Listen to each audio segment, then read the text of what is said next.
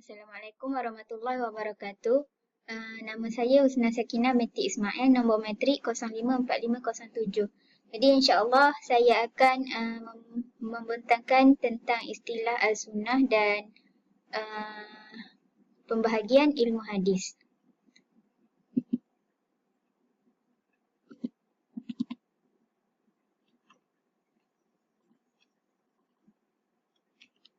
Okey, istilah Al-Sunnah dalam ilmu usul fiqh bermakna perkara yang telah pasti datangnya dari Rasulullah yang bukan merupakan sesuatu yang wajib. Dari segi ilmu usul pula, segala sesuatu yang ditetapkan oleh Rasul serta tiada mempunyai sebarang ketentuan dalam Al-Quran.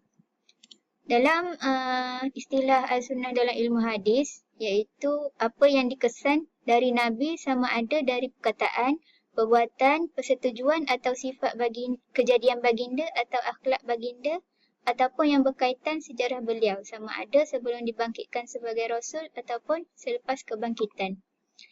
Seterusnya, saya akan memberitahu sedikit perbezaan ilmu hadis riwayah dan dirayah. Okey, dia dibahagikan kepada dua, iaitu ilmu riwayah dan ilmu dirayah. Dari segi bahasa, riwayah datang dari perkataan rawa. Contoh kita kata rawal al-akhbar. Dia memindahkan cerita atau kisah ataupun dia menukilkannya. Jadi, riwayah hadis bermakna periwayatan hadis atau pemindahan hadis-hadis Nabi dari seorang ke orang seterusnya. Okey, jadi dirayah pula adalah daripada perkataan dara. Dara fulanun asyai'. Si fulan itu menjadi tahu atau mengetahui atau memahami sesuatu. Jadi, secara kesimpulannya, ilmu riwayah merujuk kepada ilmu mengenai kaedah-kaedah untuk mengetahui keadaan sanad dan matan hadis. Ilmu dirayah pula adalah ilmu yang mempelajari cara untuk memahami makna lafaz hadis-hadis dan apa yang dimaksudkan oleh Nabi SAW daripada kata-kata dan perbuatannya. Tujuan ilmu riwayah adalah untuk mengenal pasti dan memeriksa ketetapan dan kesahihan sesebuah hadis Nabi SAW. Contohnya, formula untuk kita kenal sama ada hadis tu sahih ataupun lemah ataupun palsu. Tujuan ilmu dirayah pula adalah untuk kita beramal dengan hadis Nabi SAW yang diterima dengan pemahaman yang sebetulnya. Contoh seperti ilmu nasakh wa mansukh dan ilmu asbab urut hadis. Jadi secara ringkasnya, kaedah untuk kenal pasti hadis yang diterima adalah perbincangan ilmu riwayah. Dan faham makna dan fungsinya adalah pembincangan ilmu dirayah. Okey, seterusnya kita akan lihat bagaimana ilmu hadis berkembang. Selepas kewafatan Nabi SAW pada 11 Hijrah, legasi agama diteruskan oleh para sahabat, para tabi'in dan tabi'in. Jadi saya akan ulaskan sedikit tentang perkembangan ilmu hadis pada zaman sahabat. Jadi pada zaman sahabat, menjadi satu kebiasaan bagi mereka untuk mengamalkan sunnah Nabi SAW, contohnya dalam ibadah. Dan mereka juga menyampaikan hadis secara lisan dan untuk menyampaikan sudah tentu mereka menghafalnya. Macam mana mereka menghafal Al-Quran? Ini bukan Okay. Jadi, pada zaman sahabat, menjadi satu kebiasaan bagi mereka untuk mengamalkan sunnah Nabi SAW. Contohnya dalam ibadah.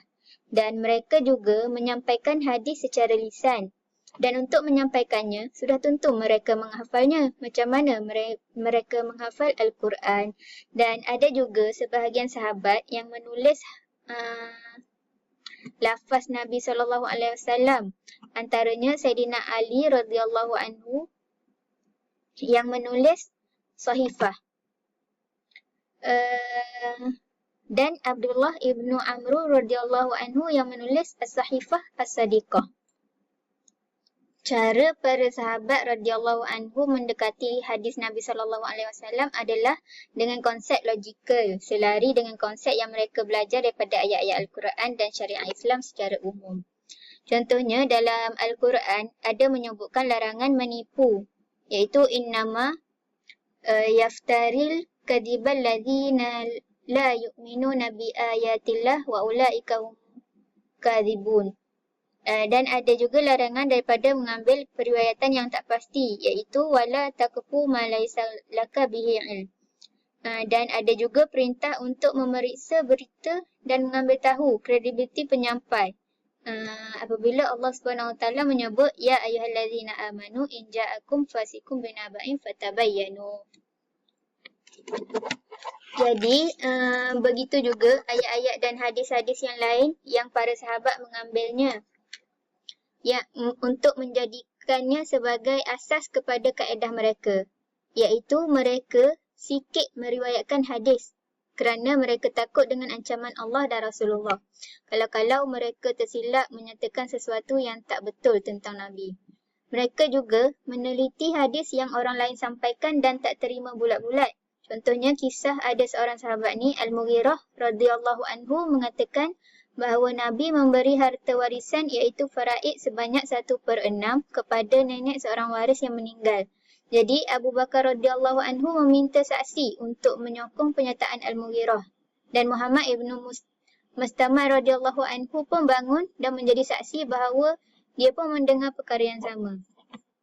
Okey, selepas tu sahabat juga tak terlepas daripada mengkritik periwayatan yang sampai, contoh apabila ia bercanggah dengan hukum dalam Al-Quran. Dan kemudian pada zaman ini juga berlaku pembunuhan Saidina Uthman ibn Affan radhiyallahu anhu yang menyebabkan munculnya hadis-hadis palsu dari golongan yang memberontak khilafah Saidina Uthman. Jadi sahabat dan tabi'in pun mula memeriksa perawi dan itulah permulaan bagi adanya sanad, yakni setiap seorang yang berkata sesuatu mengenai Nabi atau agama ini perlu kemukakan dari siapa dia mendengar perkara itu. Jadi insya-Allah itu sahaja daripada saya. Terima kasih.